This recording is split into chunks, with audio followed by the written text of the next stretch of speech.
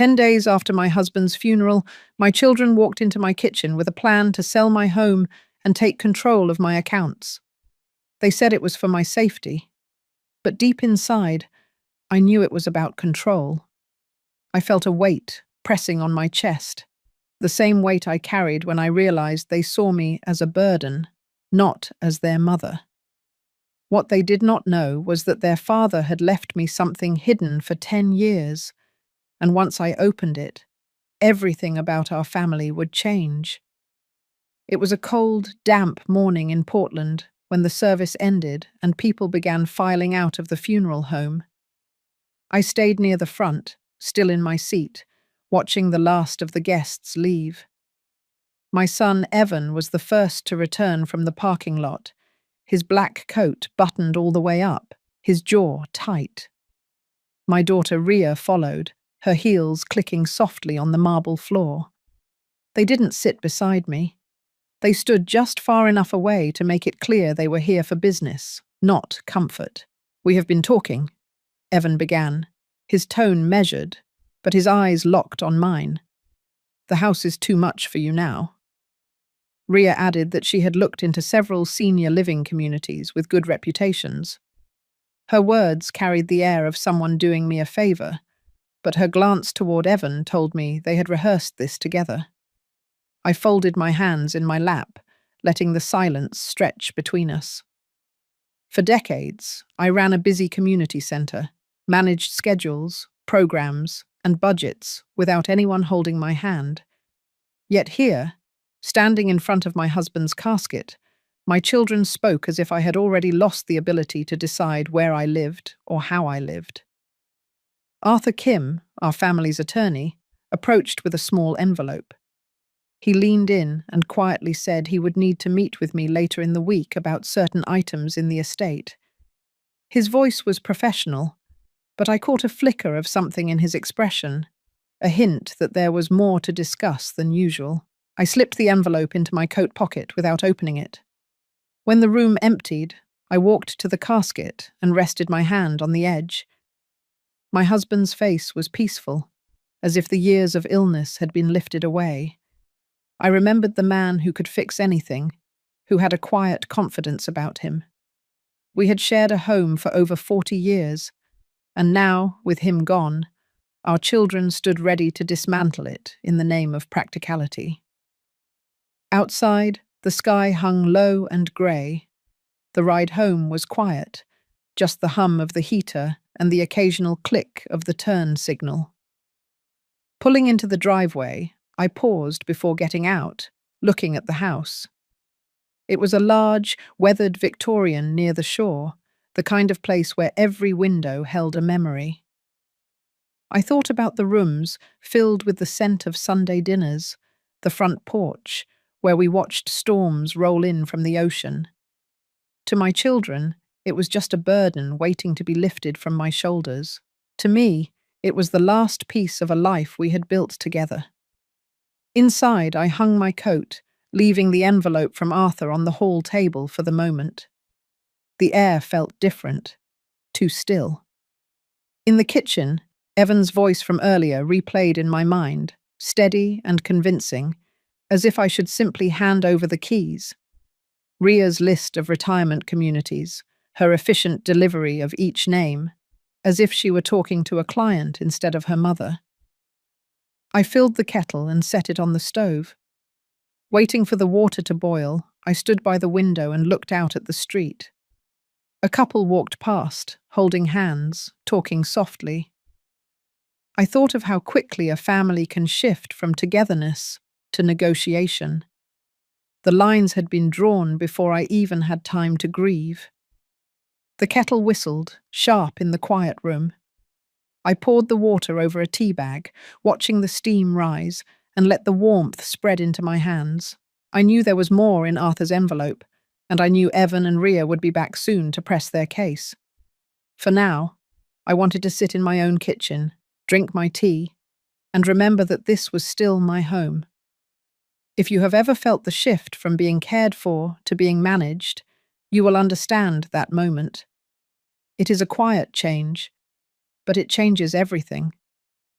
That was the first time I realized this was not going to be about what was best for me, but about what was easiest for them. And I was not ready to make it easy. 2 days later, I walked into the Coastal Maine Bank, the one my husband had used for decades. The air inside was warm and faintly smelled of polished wood and paper. I told the receptionist my name and that Arthur Kim had arranged for me to meet with the branch manager. She nodded and disappeared through a side door. A moment later, a tall man in his late 50s with wire-rimmed glasses appeared. He introduced himself as Lowell Crane, the branch manager, and asked me to follow him. His office was quiet, with a large window looking out over the harbour. I sat in the chair across from his desk, clutching my bag a little tighter than usual. Lowell opened a file folder and slid a document across the desk toward me. He explained that my husband had maintained a separate account here under the name Project Haven. It was not tied to any of our joint accounts and was structured in a way that required a specific process before anyone could access it. He pointed to the balance printed clearly on the page: $19,502,331.47. For a moment, I did not move. I scanned the numbers again, certain I had misread them. Lowell went on to explain that the account had been opened 10 years ago, with an initial deposit of just over $4 million, and had grown steadily through investments in municipal bonds and income funds.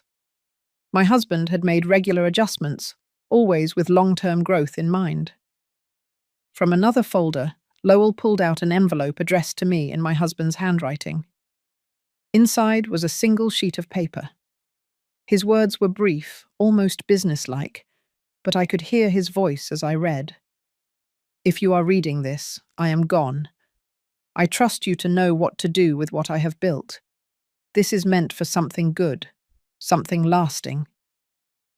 Beneath the letter was a set of authorization forms. Lowell explained that I was the sole beneficiary, but there were clear conditions on how the funds could be moved. Arthur Kim had been listed as the legal advisor for any decisions. Lowell had already spoken to him and said he would be in touch soon with more details. As Lowell spoke, I kept thinking about how my husband had never once mentioned this account. We had lived comfortably, but never extravagantly. This amount of money, hidden away for a decade, meant he had been planning something without me knowing. Lowell reached for another folder and showed me a small stack of documents labeled Project Haven. The first few pages were financial summaries, but underneath were printed blueprints and typed notes. I recognized my husband's neat handwriting in the margins.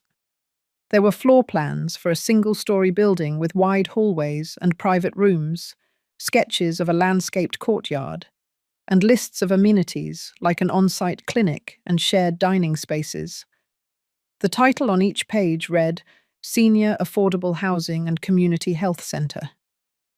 Lowell did not know the full story behind the plans, only that my husband had stored them with the account records. I thanked him, signed the initial acknowledgement forms, and agreed to meet with Arthur later that week. Walking back to my car, the air felt sharper, the gulls louder over the harbour. I sat for a while in the driver's seat, holding the envelope with my husband's letter. The weight of it was more than paper. It was the realization that there was a part of his life he had kept entirely to himself. And now it was in my hands, along with a sum of money that could change far more than just my own circumstances. When I pulled into my driveway, I did not go inside immediately. I stayed in the car, looking at the house, wondering what Evan and Ria would say if they knew. Based on the way they had spoken to me at the funeral, I could imagine the arguments. They would want to take control, to decide how the money should be used or divided. Inside, I placed the envelope and documents in the top drawer of my desk, locking it before I stepped back. I knew this was only the beginning. Whatever my husband had intended, it was clear he had trusted me to see it through, and I intended to find out exactly what that meant. That evening, I cleared the dining table and laid out the blueprints Lowell had shown me. The paper still carried a faint smell of the bank's storage room, a mix of dust and something metallic. Under the lamplight, the lines and measurements stood out crisp and deliberate. The first set was labelled Community Health Centre. Wide hallways, private exam rooms, a reception area with space for seating that felt generous instead of cramped.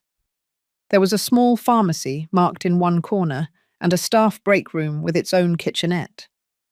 In the margins, my husband's handwriting noted natural lighting for patient rooms, soundproofing for privacy, and spaces for counselling sessions.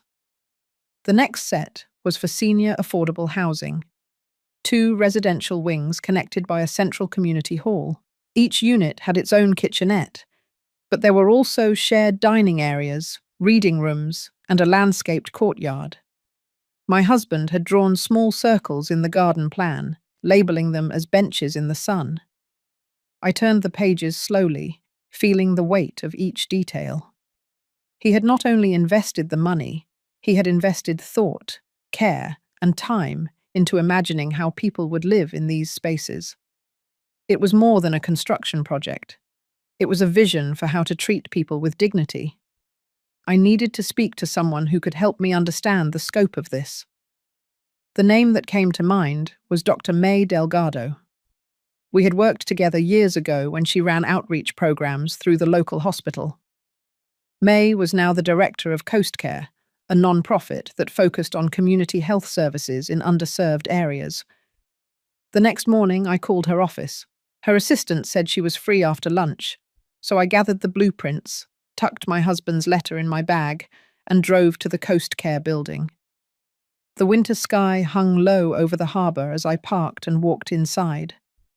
May's office was lined with framed photographs of volunteers at health fairs, mobile clinics, and ribbon-cutting ceremonies for new facilities. She stood when I entered, her expression shifting from polite greeting to genuine surprise. We had not seen each other in over a decade. I spread the blueprints on her desk. She leaned over them, tracing the hallways with her fingertip, reading the notes in the margins. Her brow furrowed, not in doubt, but in concentration. "These are solid designs," she said quietly. "Whoever drew them knew what they were doing." I told her they were my husband's work, part of something he had kept from me for years. She asked a few practical questions about funding and timeline, and I explained what Lowell had told me about the account. May leaned back in her chair, considering. She said projects like this require more than money. They need permits, political will, and a coordinated plan to navigate the slow machinery of local government. She warned me that not everyone would welcome such a development. Some would see it as a threat to their own interests. I asked her if Coast Care would be willing to advise me. She said they could, but it would take commitment and a clear strategy. She offered to bring in an architect she trusted to review the plans for feasibility and to help map out the process from permits to groundbreaking. Before I left, May walked me to the door and said she believed in the value of what I was holding. She had seen too many projects stall because the people behind them underestimated the resistance they would face. Her advice was to move quietly at first, gather allies, and be ready for obstacles that might come from unexpected places. Back at home, I set the blueprints on my desk and looked at them again. The lines and measurements no longer felt like abstract drawings. They felt like a promise. I thought about my husband working on them in private, choosing not to share the burden until he was gone. That night, I couldn't sleep. I sat at the kitchen table with a cup of tea, staring at the plans and thinking about what May had said. The money was there, the vision was clear, but the path forward would be anything but simple. My children would see only the risk. Others might see an opportunity to block it for their own gain. I knew one thing for certain. If my husband had trusted me to carry this forward, I was not going to set it aside. The first step would be to meet with the architect May recommended, and from there, begin building the kind of support that could make Project Haven more than just a set of blueprints in a drawer. 2 evenings after my meeting with May, I heard Evan's truck pull into the driveway. Ria's car was right behind him. I had not invited them, but I knew they would not be here for a casual visit. I opened the front door before they could knock. Their faces carried the same set look they had worn at the funeral, a blend of determination and quiet judgment. They walked past me into the living room without taking off their coats. Evan remained standing, his hands on his hips, scanning the room as if measuring what would be gone once the house was sold. Ria sat down on the sofa, her bag still on her shoulder, and leaned forward. She began speaking in that deliberate tone she used when explaining policies to her clients. She said they had been talking and had agreed it was time to address my finances. Evan stepped in to say they had already contacted a financial advisor who specialized in situations like mine. He spoke as if this was a service I should be grateful for. Ria opened a folder from her bag and slid a printed packet onto the coffee table. It was a list of senior living communities, complete with pricing and amenities. She pointed out a couple of names she said were close enough for them to visit often. I looked at the papers, but did not touch them. I told them I appreciated their concern, but I had no plans to leave my home or hand over my accounts. Ria's expression tightened, her lips pressing into a thin line. She reminded me that Dad had always handled the big financial decisions and that managing large sums could be overwhelming. Evan leaned forward, resting his elbows on his knees. He said that with what had happened recently, it would be safer if they managed things jointly. His voice was calm, but there was an edge under it, like he was trying to keep from sounding impatient. I let a pause settle in before answering. I told them there was a difference between helping someone and taking control from them. I said their father had trusted me enough to leave certain responsibilities in my hands, and that I intended to honor that trust. Evan stood up, pacing a short line across the rug. He said he was not trying to take anything from me, but he needed to be sure I was making the right decisions. Ria added that once money was gone, it was gone, and there would be no way to get it back. I reminded them both that they did not have the full picture of what their father had planned. There were things he had left specifically for me to handle, and I was not prepared to hand them over. My voice stayed steady, but I could feel my pulse quicken. They exchanged a glance, one of those silent conversations siblings have without words. Evan stopped pacing. He said they only wanted to protect me from making mistakes. I said I understood their fear, but I was not afraid of making choices.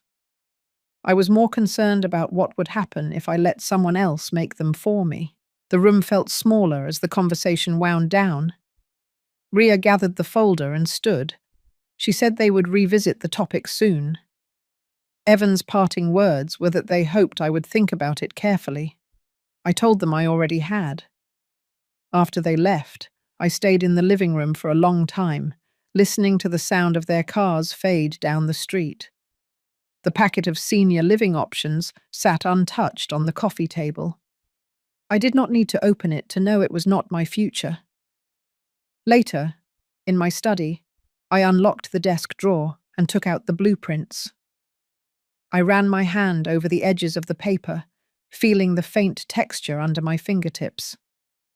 In my husband's handwriting, next to the title block, were the words, "For when it matters most." I knew exactly what he meant. The conversation with Evan and Ria had confirmed what I suspected since the funeral. They saw my situation as something to be managed, not respected. That made my next steps even clearer. I was going to move forward with the plans, and I was going to do it without asking their permission. Arthur called me the next afternoon and asked if I could come by his office. His voice had that measured tone he used when there was something important, but not urgent enough to cause alarm.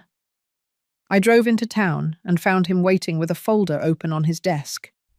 He slid a document toward me, the heading in bold type.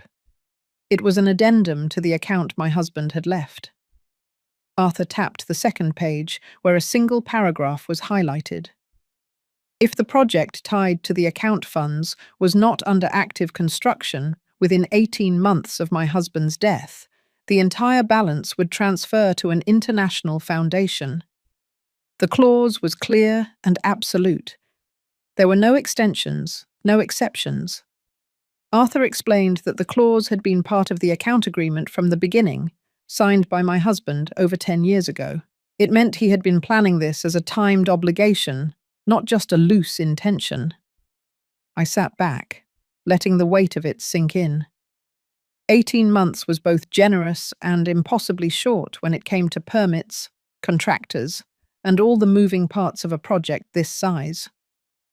Arthur walked me through what would have to happen first. A legal entity needed to be established to receive the funds, contracts had to be drawn up, permits secured, and the first phase of construction started before the deadline. Every step would require coordination, approvals, and people I could trust. He told me bluntly that it would be a race against the clock. I left his office with the document in my bag, the words circling in my mind. At home, I called May and told her what Arthur had shown me. She was silent for a moment, then said, "It changed everything." A project of this scale already had natural delays built in. Now there was a deadline hanging over every decision. She said we needed to begin mapping the entire process immediately. The next morning, I met May at her office. She had already cleared her afternoon. We spread the blueprints across her conference table and began listing each step we would need to complete, from land acquisition to breaking ground. She spoke about the layers of approval at the town level, the state inspections, and the inevitable pushback from those who preferred the land remain available for private development. May called in a colleague from her planning team, a woman named Tricia, who specialized in navigating municipal permits. Tricia explained that the first hurdle would be securing the right piece of property. Without that, we could not apply for half of the necessary approvals. She suggested starting conversations with property owners quietly, to avoid sparking interest from developers who might move faster just to block us. We spent hours going over timelines and dependencies, the things that had to happen before other things could start. Every time we thought we had a sequence worked out, we would find another step that added days or weeks. By the time I left, we had a rough calendar pinned to the wall, colored lines showing parallel tasks and deadlines marked in red. The end date was unmistakable. That night, I walked along the shore near my house, the wind sharp off the water. I thought about how my husband must have felt when he signed that clause. He had known it would force someone's hand. Maybe he thought a deadline was the only way to ensure the project would actually happen. Maybe he knew I would not let it slip away once the clock started ticking. When I got home, I took the document out again and read it slowly. The language was legal and impersonal, but I could almost hear his voice underneath it, telling me this mattered enough to protect it from being stalled or ignored. I folded it carefully and put it back in the folder. The next morning, May called with a suggestion for the first property to investigate. It was an old marina site a few miles from the town centre, close to public transportation, and with enough land for both the housing and the health centre. The current owner had been trying to sell for years without success. May thought it could be ideal, but she warned that once word got out, the competition would grow fierce. I agreed to see it that week. There was no time to waste. The clock had already started, and every day that passed was another day gone from the 18 months I had been given. May and I drove out to see the old marina site 2 days later. The sky was clear, but the air was cold, the kind of chill that settles deep and stays there. The property sat at the end of a narrow road, lined with weathered boathouses and small cottages. Beyond a rusting chain-link fence, the land opened up to a wide stretch of gravel and cracked pavement, bordered on one side by the harbour and on the other by a stand of wind-bent pines. It was easy to see what May meant. The marina buildings were long gone, leaving a clean slate. The harbour view was open, and the bus stop was only a block away. There was enough space here for both the housing and the health centre, with room left for gardens or walking paths. I could imagine the courtyard from my husband's drawings fitting perfectly into this space. May had arranged for the owner to meet us. He was a tall, thin man named Harold, wearing a faded cap and heavy gloves. He explained that he had been trying to sell for over 3 years. Developers had shown interest, but backed out when they realized how much work the site would require before it could be built on. Harold was willing to sell for less than his original price if the deal could move quickly. I walked the length of the property with him, noting the slight slope toward the water and the way the light hit in the afternoon. Harold spoke with a mix of pride and resignation, as if he was ready to let go, but wanted it to go to someone who would do something worthwhile. May asked a few practical questions about zoning and past environmental assessments. Harold had kept the reports and said he would send copies to her office.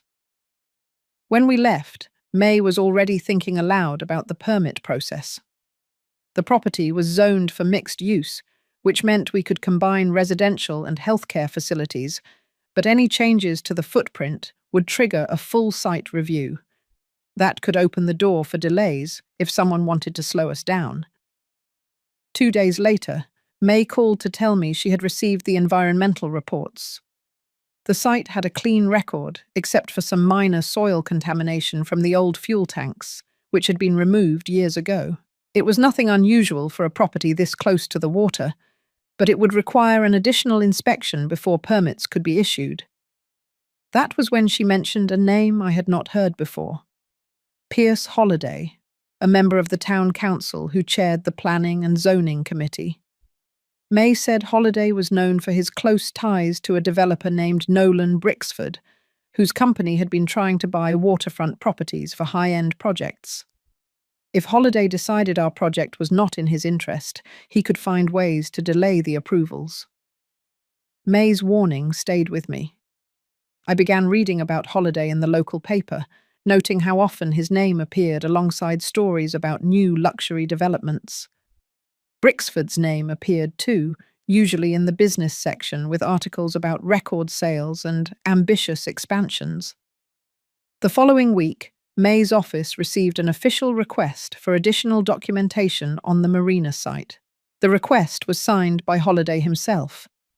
It included a list of items far beyond the standard requirements, some of which had already been addressed in Harold's reports. Tricia, from May's team, recognized the tactic immediately. It was a way to stall the process without outright denying the application. May suggested we meet with Holliday directly to present the project and gauge his reaction. She arranged a time during open office hours at the town hall. Holliday greeted us with a practiced smile that did not reach his eyes. He glanced at the blueprints, but spent more time asking vague questions about long-term financing and operational costs. His tone was polite, but I could sense the disinterest under the surface. When we left, May said she was certain Holliday had no intention of helping us move quickly. The challenge would be to get enough public support that stalling the project would be unpopular. She also reminded me that once the purchase agreement for the marina was signed, we could at least file the first round of permit applications and start the clock on their deadlines. I called Harold that afternoon and told him I wanted to proceed with the purchase. We agreed on a price that left enough of the budget intact for early site work and design adjustments. He sounded relieved and said he would have the papers ready by the end of the week. As I hung up, I felt the first real step had been taken. The land was not just a possibility anymore. It was going to be ours, and with it came the start of everything my husband had imagined. The road ahead was already uneven, but standing still was no longer an option. The purchase agreement for the marina site was signed on a Thursday morning. By the afternoon, May and Tricia were already working on the first round of permit applications. I watched them spread forms across May's conference table, each sheet representing another step toward breaking ground. Tricia moved with precision, ticking off requirements, cross-referencing Harold's reports, and adding new surveys where gaps appeared. While they worked, my phone rang. It was Evan. His tone was lighter than usual, but there was an undercurrent I recognized. He asked if I was free for dinner. I told him I was busy, and he said they would come by the house instead. He used the word we, which meant Ria would be there too. They arrived just after sunset, bringing the cold air in with them. Evan stayed standing, his hands shoved into his jacket pockets, while Ria settled into the chair across from me. She started by saying they had been talking a lot about my situation. Evan added that they had both spoken to a lawyer about the possibility of arranging shared financial oversight. The way he said it, that made it sound like an act of generosity, not an intrusion. I told them calmly that my finances were not up for negotiation. Ria leaned forward, her voice softer, but her words sharper. She said they worried I might be influenced by people who did not have my best interests at heart. Evan nodded, mentioning that big projects attract the wrong kind of attention. I realized then that they knew I was moving forward with something, even if they did not know the details. I told them there was nothing to worry about, and that I was capable of managing the responsibilities I had. The room went quiet for a few seconds before Ria spoke again. She said they might have to take steps to protect me if I refused to involve them. When they left, the air in the house felt heavier. I walked into my study and locked the door behind me. On the desk, the blueprints were still laid out, anchored by a stack of folders. I traced the outline of the main building with my finger, grounding myself in the reason I was doing this. My husband had trusted me with more than money. He had trusted me to defend his vision. The next morning, May called with news. Holiday's office had sent another request for supplemental documents, most of which were already included in the original submission. Tricia suspected it was another attempt to delay. May said we needed to file a formal response within the week, accompanied by a legal notice of compliance to prevent further redundant requests. Arthur came to May's office that afternoon. He read through the correspondence from Holiday's committee, his brow tightening as he moved from one page to the next. He said the requests were excessive, and that, in his experience, this was a clear tactic to slow progress. He recommended creating a separate legal entity to handle the funds and the project management, making it harder for anyone to challenge my authority. By the end of the meeting, we had a plan. The Markham Haven Trust would be established, with a non-profit arm to operate the centre once it was built. The trust structure would make the finances transparent and insulated, a direct counter to any claim that I was acting recklessly. Arthur would oversee the legal filings, May would coordinate the operational framework, and Tricia would continue to push the permits forward.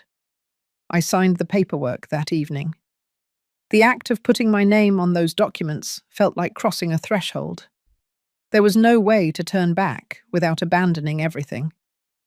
That weekend, May arranged for me to meet a retired project manager named Leon, who had overseen several large community builds. We met in a small cafe near the harbour. Leon was direct, explaining the importance of sequencing tasks so that delays in one area would not stall the entire project. He warned that political resistance often grew strongest in the middle stages, when opponents realized the work might actually succeed. I listened carefully, taking notes. Leon offered to review our schedule and point out potential bottlenecks. He also knew contractors who might be willing to commit early if they believed in the project's purpose. When I left the cafe, The wind off the water was sharp against my face, but I felt steadier than I had in weeks. The trust was in motion, the land was ours, and the team around me was growing. There were people who wanted to see this built, and I was determined to keep moving, no matter how many obstacles appeared in our path. May suggested we hold a community listening session before the next planning committee meeting. She said it would help us gather visible support and make it harder for Holiday to quietly stall the project. We booked the fellowship hall at a church near the marina site, a space large enough for a crowd but still informal. In the days leading up to it, May and her team printed flyers and reached out to neighborhood groups, local health advocates, and senior organizations. Dana Whitlock, the reporter May trusted, agreed to cover the event. Her interest was genuine, but she also knew a strong turnout could make for a compelling story. On the night of the meeting, the hall smelled faintly of coffee and the wood polish on the pews. Chairs were set up in rows, a long table in the front for the project team, and a portable screen for the presentation. I arrived early, carrying a folder with my husband's blueprints and the summary sheets Tricia had prepared. By the time the meeting started, the room was nearly full. May welcomed everyone and introduced the idea behind the project: affordable senior housing integrated with a community health center. She explained the benefits, not just for the residents, but for the surrounding neighborhoods. Tricia spoke about the site selection, the clean environmental record, and the plans to address the minor soil remediation. When it was my turn, I stood and told the room about my husband's vision, how he had drawn the plans years ago and set aside the funds to make it real. I kept my words simple, letting the story carry itself. I could see heads nodding as I described his belief in creating spaces that offered safety, dignity, and connection. Dana moved quietly through the room, taking photographs and jotting notes. Her camera focused on the blueprints spread out on the table, on the volunteers leaning in to look closer, on the small group of seniors from the neighborhood asking about application timelines. After the formal part of the meeting, people clustered in small groups. Some came to the front to speak with me, others with May and Tricia. A retired nurse offered to volunteer at the health center once it opened. A local carpenter said he knew tradespeople who might be willing to donate labor for part of the build.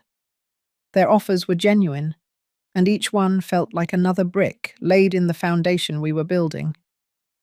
The next morning, Dana's article appeared online. It featured a photo of the marina site bathed in late afternoon light, and another of me holding the blueprints.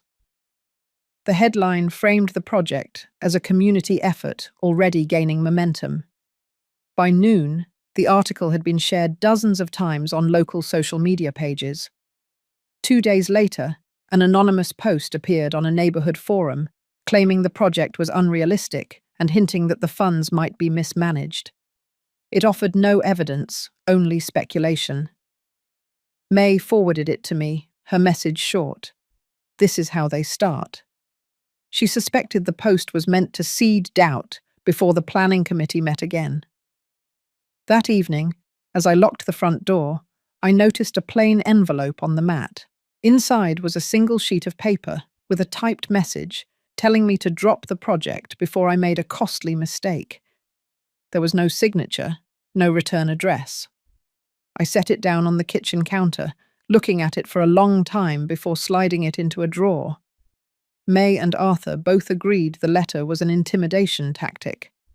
Arthur advised not to respond directly, but to keep it as a record. May said the best answer would be to keep moving forward in the open, with nothing to hide. We decided to compile all the community support we had gathered so far into a formal report. Tricia collected the volunteer offers, letters from local organizations, and the sign-in sheets from the meeting. Arthur prepared a legal brief summarizing the trust structure, the funding safeguards, and the timeline tied to the 18-month clause. By the end of the week, We had a binder thick with documents ready to present to the planning committee. Every page was another layer of protection, a way to show that this project was not a vague idea, but a well-structured plan backed by people who believed in it. The opposition had started to make itself known, but so had our supporters. The difference now was that our supporters were visible, and they were ready to speak up when it counted. The next committee meeting would show just how much weight that could carry. The agenda for the next planning committee meeting listed our project as the final item. May said that was deliberate. Putting us at the end meant less time for discussion and fewer people in the audience. It also made it easier to push the decision to another meeting. We arrived early, carrying the binder of supporting documents, a set of mounted blueprints, and copies of the site plans. The meeting room was small, with rows of folding chairs facing a long table where the committee members sat. Pierce Holliday occupied the center seat, flipping through a folder without looking at us. As the other agenda items dragged on, I noticed May checking the clock. By the time Holliday called our project forward, only a handful of community members remained in the audience.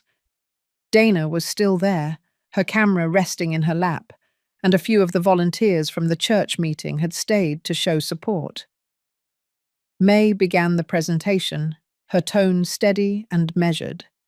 She outlined the purpose of the development, the benefits to the town, and the detailed timeline tied to the funding.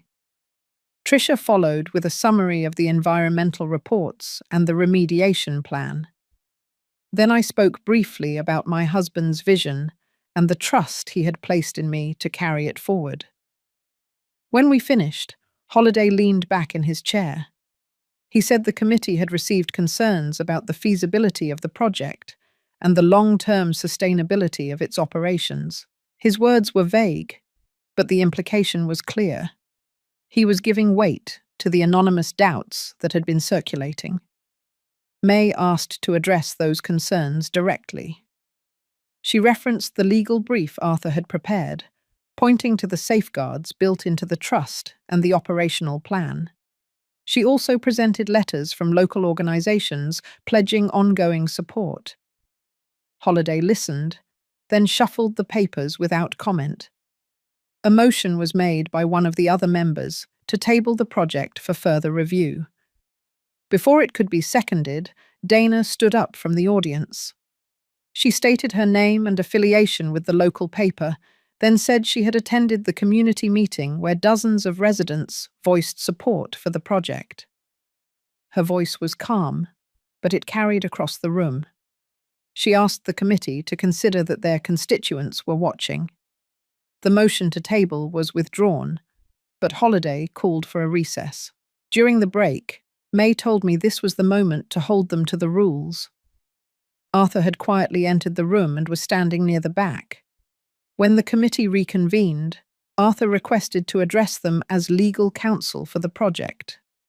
He cited the town's own procedural guidelines, which required that applications meeting all documented criteria be moved forward for review rather than delayed without cause.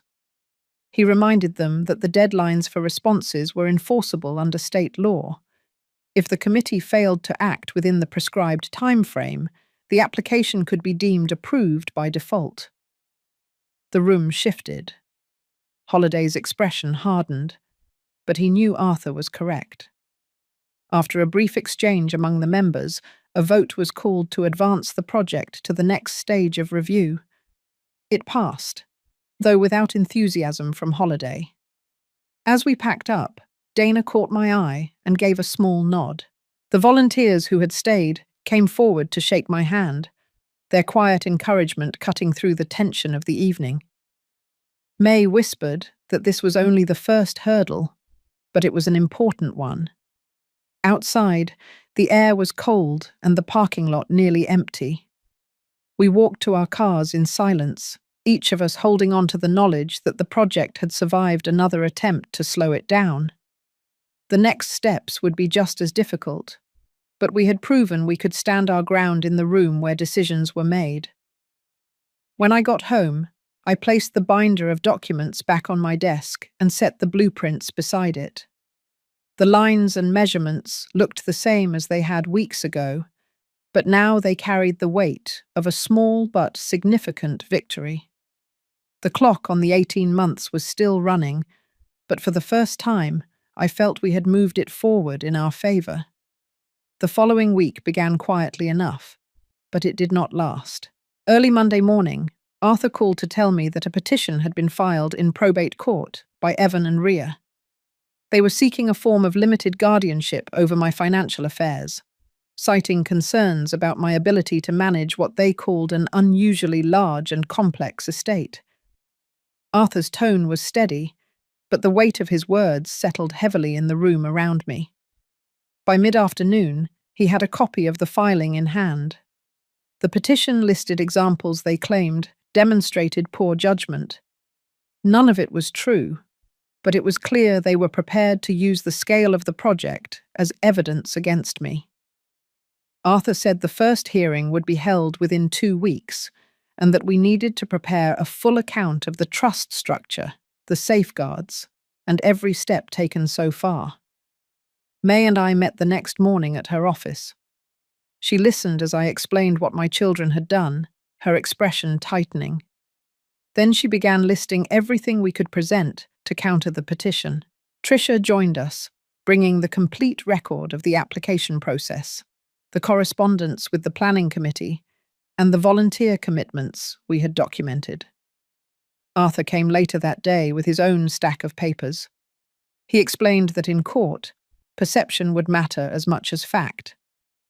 We would need to demonstrate that the project was not a reckless personal endeavor, but a structured initiative with professional oversight. He suggested that both May and Leon, the retired project manager, be prepared to testify about the operational plan and the feasibility of meeting the deadlines tied to the funding. The days that followed were consumed with preparation. I spent hours in my study reviewing timelines, budgets, and correspondence, making sure every detail was clear in my mind. The more I looked through the records, the more I understood how my husband had built this to be both possible and defensible, if only the person holding it would not give in. When the hearing day arrived, I walked into the courthouse with Arthur beside me. Evan and Ria were already seated at the front with their attorney. They did not look at me as I took my place at the opposite table. The judge entered, and the clerk read the petition into the record. Their attorney began by painting a picture of a vulnerable widow being persuaded into a risky, large-scale construction project. He referred repeatedly to my age and to the size of the estate, implying that I could not possibly grasp the scope of what I was attempting. Arthur responded by calmly walking through the trust's formation, the escrow accounts, and the oversight by licensed professionals. May testified about the operational structure, emphasizing the community partnerships and the safeguards in place. Leon explained the construction timeline, his voice steady as he described how each phase was planned to avoid delays. When it was my turn, I spoke simply. I told the court that my husband had trusted me to carry out his vision and had left me with the resources and the plan to do so. I explained that I had surrounded myself with people whose expertise filled the gaps in my own knowledge, and that every step taken so far had been deliberate and documented. The judge listened without interruption, taking notes. After both sides had presented their cases, he said he would rule from the bench. His decision was clear. The petition for guardianship was denied. He found no evidence that I lacked the capacity to manage my affairs, and noted that the project appeared to be responsibly structured and competently advised. Evan and Ria gathered their papers without speaking to me. I watched them leave the courtroom, their faces unreadable. Arthur turned to me and said quietly that this had been an important victory, not just for the project, but for my authority over it. That evening, back at home, I placed the court's written order in the same folder that held my husband's letter and the 18-month clause. It was one more piece of protection, another layer between the project and those who might try to take it from me. The next morning, May called to say that with the hearing behind us, we could return our focus entirely to the permits and the early site work. The challenges ahead were still significant, but the foundation we had built was holding. The trust was intact, the land was ours, and for the moment, there was nothing standing between us and the next stage of bringing the plans to life. Spring arrived with a stubborn chill that seemed to slow the thaw, but on the construction site, the pace only quickened. The legal battle behind us, crews moved with a quiet urgency, pouring foundations, setting steel, and framing the first outlines of what would become the community centre.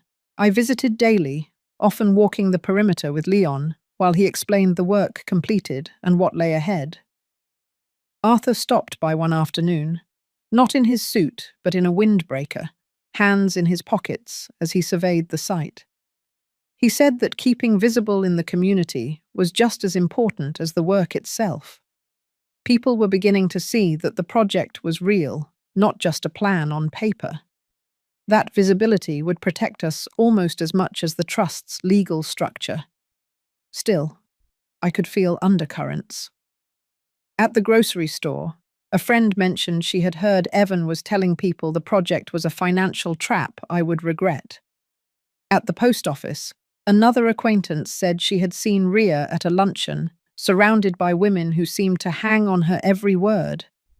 It was clear they were still trying to shape a narrative in town. May called one evening to say she had caught wind of an anonymous letter sent to the local paper, questioning whether the trust funds were truly secure. She had already spoken to the editor, who promised not to run anything without verification, but the incident underscored how persistent these attacks could be. I thanked her, and then sat for a long while in the quiet of my living room, the hum of the refrigerator the only sound. Instead of anger, I felt something steadier. The hearing had taught me that the only way forward was to keep moving, to build in plain sight, and to let progress speak louder than rumours. That resolve carried me through the next weeks as crews raised the frame of the main hall, each beam locking into place like another piece of proof that we were advancing. One crisp morning, the first trusses went up. I stood with a small group of volunteers who had come to watch, their breath forming clouds in the air. The sun caught the metal as it lifted, and for a moment, the shape of the building became clear. It was no longer just an idea or a defense against my children's ambitions. It was becoming something tangible, something that would outlast the bitterness that had surrounded its beginnings. Tricia suggested we begin inviting community members for brief site tours. At first, I hesitated, worried it might draw more scrutiny, but she argued that showing the work would build trust among the very people who would one day use the centre. We arranged the first tour for a Saturday, and to my surprise, nearly 24 people came.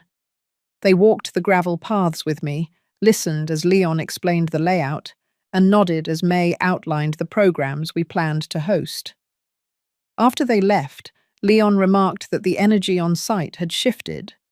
The workers seemed more purposeful, the volunteers at Shambambigas more engaged.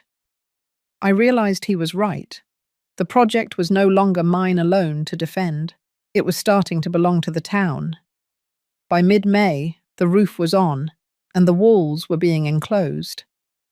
I spent more time in meetings about programming, storage needs, and accessibility features. Each choice mattered, and I could feel the weight of responsibility in every decision. But unlike the weight I had carried after my husband's death, this was one I welcomed. Arthur came to see me late in the month with a smile I had learned to read as rare. He handed me a folder containing a letter from the grant committee. They had reviewed our progress and were releasing the next installment of funds ahead of schedule, citing exemplary adherence to the timeline and budget. It was a quiet but unmistakable vote of confidence. That night, I walked through the nearly enclosed structure alone, the scent of fresh wood and insulation still sharp in the air. In the dim light from a single work lamp, I traced my hand along the wall studs, imagining the laughter, the music, and the voices that would one day fill the space.